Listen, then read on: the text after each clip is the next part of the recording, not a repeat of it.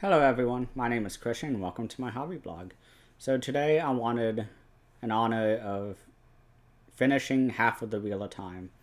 I wanted to do a spoiler, my top 10 favorite moments of the series so far.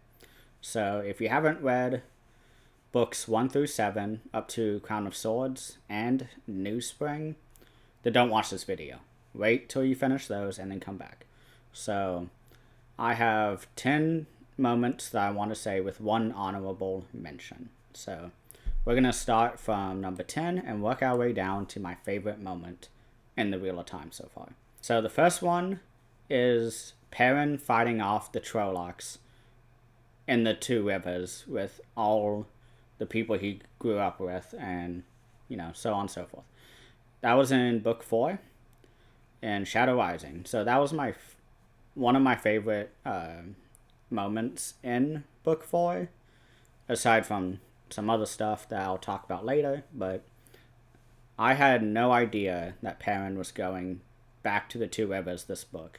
Where he starts in the Stone of Tear, there's no indication that he's going to the Two Rivers. And so I love the battle itself, that he was leading the charge against the Trollocs and the White Cloaks showing up and him being able to drive them off in terms of like them not arresting him and executing him.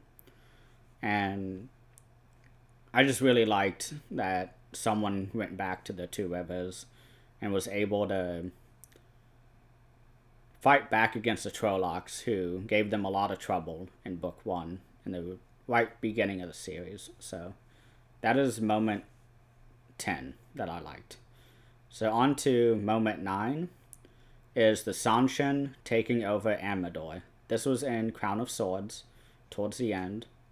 And what makes this number 9 is that I had no expectations of the Sanshin because we hadn't heard from them really since book 2. We had a prologue, I believe, in book 2, maybe book 3, where we get POVs from the Sanshin, but we didn't really hear from them again. So it was really nice for them to finally start doing stuff. And I was getting so sick of the White Cloaks in Amador. And I'm just going to lump in another moment in this book with this one because it's the same location, but Pedro getting assassinated. I had no idea that was going to happen. And so I was really happy to see that. But that storyline with the Sanshin storyline is so frustrating for me. Up until this happened, of course. Because nothing was going on, really. It was a lot of political scheming. And I love the reveal that it was a Sanshin, because I believe Morghese sees a bat or something, and we're like, oh no, it's a Drakkar. The Forsaken have shown up, or, the Dark One or something. Not the Dark One, but, the forces of evil. But it just ended up being a Sanshin person with a lizard or whatever. And I love that moment a lot. It finally moves some storylines forward, progress-wise. So I was really happy for that to happen. So number 8, Elida taking over the White Tower. This happened right at the end of book 4. I remember I had so much anxiety over our characters when that happened, because I didn't know if she was Black Aja or not, but she at least ran counter with our main characters. So I was very nervous when she took over and she stilled Seuron and Elaine, I think is her name. What's her name? Leanne. Yeah, that's her name. There are thousands of characters, okay? I'm doing my best. But I really liked that moment because it was something I did not expect at all. Because I always expected it like the first 3 books, where there were different factions in the White Tower. But I never expected someone to mutiny against the Amalency and her keeper. So that was a really cool moment for me. So number 7 is a book 1 event. This is when Rand is fighting, I believe, Baalzamon. I thought it was Baalzamon, but recently I found out it was someone else, like Eridol. No, not Eridol, that's Shadar Logoth. But it was someone else that wasn't Baalzamon. So, but either way, I really like that. There was a lot of weird stuff going on that we got confirmation on in book 4, and that he was teleporting to Viridian, I believe, Rand was, and so was he, to overpower one another. So I really like that moment. It's one of my favorites in book 1. So it was our first look into what the series would become, rather than what it was before this moment, which was, typical, fantasy book. But the real time is so much more now since then. So number 6, moment 6. We're almost halfway through my top 10. Number 6 is Matt blowing the horn of Valio at the end of book 2, The Great Hunt. I was surprised that they didn't immediately blow the horn in book 1. I know Moraine was very skeptical of the horn and didn't allow anyone to do that, but I didn't expect Matt to blow it so early, or for anyone to blow the horn so early, because this is a 14-15 book series if you count the prequel. And so I assumed that all of these things would not be used for a while. And so for Matt to blow the horn and every hero from the legends and tales of the past was amazing. And I also like the battle for Falmer, which is when he blew the horn, because it was our first major battle, and seeing Rand and Baalzamon duke it out, in the clouds above Falmer, was incredible. And so that is my number 6 moment. So number 5, this is the halfway point of my top 10. Moment 5 for me is Sion getting healed by Nynaeve in book 6, Lord of Chaos. So this is actually a much smaller moment than a lot of these on the list, but I really liked the writing of this scene, because we watch Sion's reactions and emotions as she realizes that she can channel again. And that was such a powerful moment. When I was talking with Cheyenne about Lord of Chaos, I mentioned that was one of my favorite character moments in the whole series. It's such a great moment because Nynaeve also couldn't. So nobody could heal up to that point. No one could heal Stilling, and Logain getting healed too was such a WTF moment for me. And so it was really such a great moment to read about. I loved her reactions. I liked how there's some weird thing going on where when Logain got healed, he had all his powers back. He was just back to level 100 or whatever. But when Sion and Leanne got healed, they're right at the beginning, lower even than the Accepted. So there's lots of weird stuff going on there. I hope we find out more about that in later books. And so that was number 5. We're halfway through. Number 4 is a moment from book 4. It's the last moment, my favorite moment of book 4. And I just realized I totally forgot one sequence, but oh well, I'll put it in the honorable mentions. So moment 4 is Rand destroying the Trollocs at the Stone of Tyr with Kalendor. I'm so frustrated that he left Kalendor at the Stone of Tyr, because that is such a powerful Angreal, or Angreal. I don't think it's Tyr Angreal, but I'm still getting used to all the terminologies. But I love the image of him raising Kalendor above his head and just annihilating everything in the city. And it's just such a badass moment for Rand, because up until this point, like, he had, a couple Forsaken showdowns, but he never had, like, badass moments against a non-Forsaken that I can remember. And so this is just, awesome. And I'm still upset that we haven't seen Kalendor getting used by him yet. It's been 4 books now, and he still hasn't gone back and taken Kalendor, so I'm hoping he grabs it soon. I guess we'll find out in Path of Daggers, which I'm reading right now. So, okay, so we're in the top 3 moments now. Number 3, of course, is Eye of the World prologue. It is such a well-written sequence. It's so memorable. I love watching the POV of Luce there on Telemon, because he's lost it at this point. And watching him realize that he killed his entire family and Ileana, his wife, is so heartbreaking and just crazy. And so,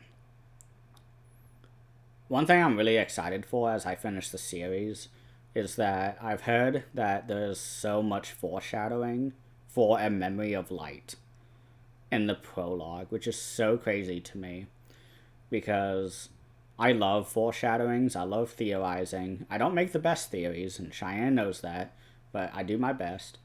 And so, seeing how the prologue foreshadows the final book is going to be so fun to discover when I reread the series after finishing it.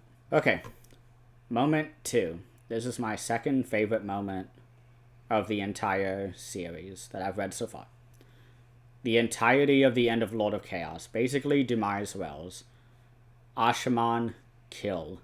That is such a memorable line. It was so scary to me, because by this point, hopefully the tier list has come out of where I place the first 8 books or whatever, including New Spring. And I mentioned that there was a really terrifying event, and it's Demise Wells.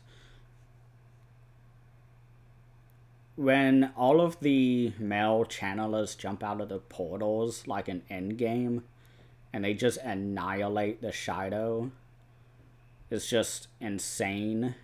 And that's when Robert Jordan's experience in Vietnam really comes through, because it's nothing to be happy about. It's very gruesome and terrifying.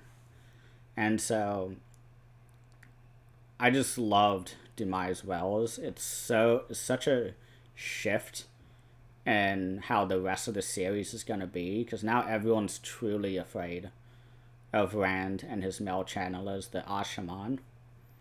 And also we gotta list the fact that Rand getting captured and him working with Luz Telemon to escape the Tower Aes Sedai was insane. I loved the descriptions that Robert Jordan had, where he was like feeling around the corners of the shield and slowly breaking through the box, and or at least the shield that they put on him. He broke through that and then like exploded out of the box, and he stilled 3 Aes Sedai at once. And that entire sequence, from that moment all the way through Demise Wells, is one of my favorite moments of the series so far.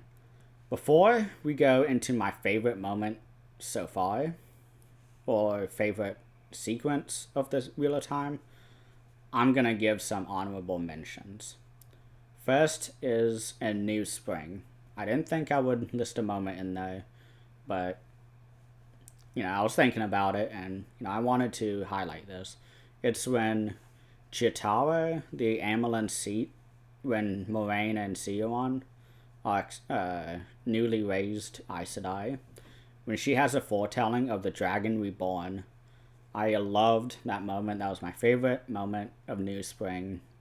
It is so, like, it just links everything together. That was something we heard about in book 1 or 2 or 3. I can't remember when. It wasn't book 4, at least. But we hear about not Yasna. Why is that name popping up? Moraine. We see Moraine talk about it, but we never saw it. And it was one of those moments I was like, I hope we see that eventually. And we did. And that was such a great moment. So that was my first honorable mention. And then the other one is, it should be like towards the top of the list, but I forgot.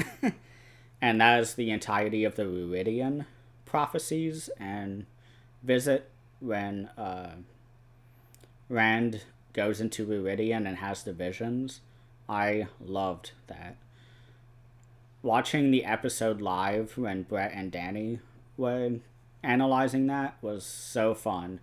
I love the moment when we get all the like the shawl stuff and the shufa and the woman picking up the spear. Like, all that is amazing. And I also have to give a special shout out to the Age of Legends, because no one talks about this, but we saw airplanes and we saw skyscrapers and like all this like modern and future technology. And I remember in the live stream, I was like, guys, did you see the airplanes? Did you see the airplanes? I was like freaking out. And like everyone else was like focused on the prophecy stuff, which is like really cool, and I don't blame them. But I was like, come on, guys, we saw airplanes. Like, that's so cool. And so, yeah, I had to give a special mention to the airplanes, because that's so cool. Before I even began the series, Daniel Green had a video, like, telling people, like, hey, this is a post-apocalyptic story. And I didn't know how. I was like, well, how? And then Viridian was the first time I was like, oh, like, they were like a future civilization, like, before the breaking of the world, and that just blew my mind. Now, my favorite sequence, because it's not just a moment, it's a series of moments that are number 1, that I'll just put into one sequence. And that is the end of Book 5. From the Battle of Cairhien to the death of Moraine and Lanfear, and to Rand storming Camlin. So first of all, the Battle of Cairhien, I loved watching Matt desperately try to get away because he doesn't want to be there, and then the pattern making him be the army general that everybody needs for the battle. I loved that. I thought it was hilarious. Me and Cheyenne were talking about it on our episode, and I just thought it was so funny that he kept being like, I'm running away, Rand, don't count on me. And Rand was like, yeah, okay. And then like he sees like a troop and he's like, hey, you guys, here's what you should do. He like rides over to them and he's like, okay, I'm leaving. And they're like, okay. And he comes back, and there's lots of weird stuff going on during the Battle of Cairhien also. And I love the death of Couladin. I hated Couladin, and I was so happy he was dead by this book. So next, in the end of Book 5, is the death of Moraine and Lanfear. I don't think Moraine died. I truly think it's going to be a Gandalf situation where she comes back, even more powerful, when she's needed the most, all that. I am happy that Lanfear is now dead, though. I do think Moraine is going to overpower Lanfear, and so I'm excited to see when she's going to show up. I have no idea if she'll ever show up, though, because that's one of the few things I don't know. I just knew that Moraine was a popular character before starting, and like that was it. So I did like how Moraine knew ahead of time about everything and wrote letters to people like Tom and Rand about what they need to do. And so I'm really curious what Tom's message says, because I mean, she went through the Red Doorway earlier in Book 4 when Rand and Matt also went through. And so I'm really curious to see what she asked and what the questions or I'm curious what the questions she asked were and the answers to them. And also Rand, we have no idea what he got from them. And so that was such a cool moment and one I did not expect at all. We still haven't seen Moraine since then. And this is why I thought the prequel was good after this book, because we got to explore Moraine's background, I guess, her behind the scenes when she was a young Aes Sedai. And I'm hearing now that he wrote the book after book 10, so I'm thinking that Moraine must come back during book 10. Because he wrote New Spring with Moraine in mind. So I'm really curious to see if she shows up in book 10. So, and lastly, my favorite moment ever in the sequence was when Rand was storming Camlin. After the death of Moraine and Lanfear, I thought that was going to be it. And then Rand is like, no, I'm going to Camlin right now, and I'm killing Robin. And he shows up, and he just sprays balefire everywhere. And it's like such a awesome moment. Him screaming Robin is like bone chilling, and I can't wait to see how the show does it. Because I hope the actor, Yosha, can growl, because I want to see Robin, like, running away, like the camera is following him.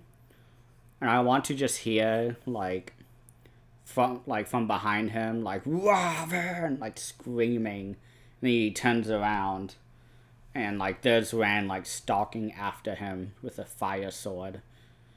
And I loved when they went through Tel'aran'rhiod too, like physically, because we know from the Wise Ones that that's like a huge no-no. That is bad news bears. Don't do that. And so seeing that happen, I was like, holy shit. Like, this is going to have so many implications for the future. And I just loved the end of book 5. It's why it's my favorite book. So far, at least. I've just finished book 7.